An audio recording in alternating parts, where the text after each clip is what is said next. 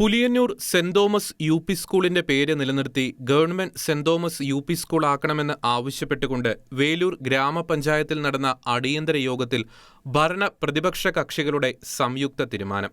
100 വർഷത്തിലധികം പഴക്കമുള്ള യു.പി. സ്കൂളിന്റെ പേര് ഗവൺമെന്റ് ഏറ്റെടുത്തപ്പോൾ സർക്കാർ യു.പി. സ്കൂൾ എന്നാക്കി ചുരുക്കിയത് സംബന്ധിച്ചാണ് വേലൂർ ഗ്രാമപഞ്ചായത്തിൽ പഞ്ചായത്ത് അംഗങ്ങളുടെ അടിയന്തര യോഗം ചേർന്നത്. ഭരണ പ്രതിപക്ഷ അംഗങ്ങൾ ഒന്നടങ്കം സ്കൂളിന്റെ പേര് Saint Thomas government UP. School എന്നാക്കണമെന്ന നിർദ്ദേശത്തെ പിന്തുണയ്ക്കുകയും സംയുക്ത തീരുമാനത്തിനൊടുവിൽ സർക്കാരിലേക്ക് ശുപാർശ സമർപ്പിക്കുവാൻ തീരുമാനിക്കുകയുമായിരുന്നു. എന്നാൽ ബി.ജെ.പി. അംഗം പ്രസ്തുത യോഗത്തിൽ പങ്കെടുത്തില്ല എന്ന ആക്ഷേപം ഉയരുന്നുണ്ട്.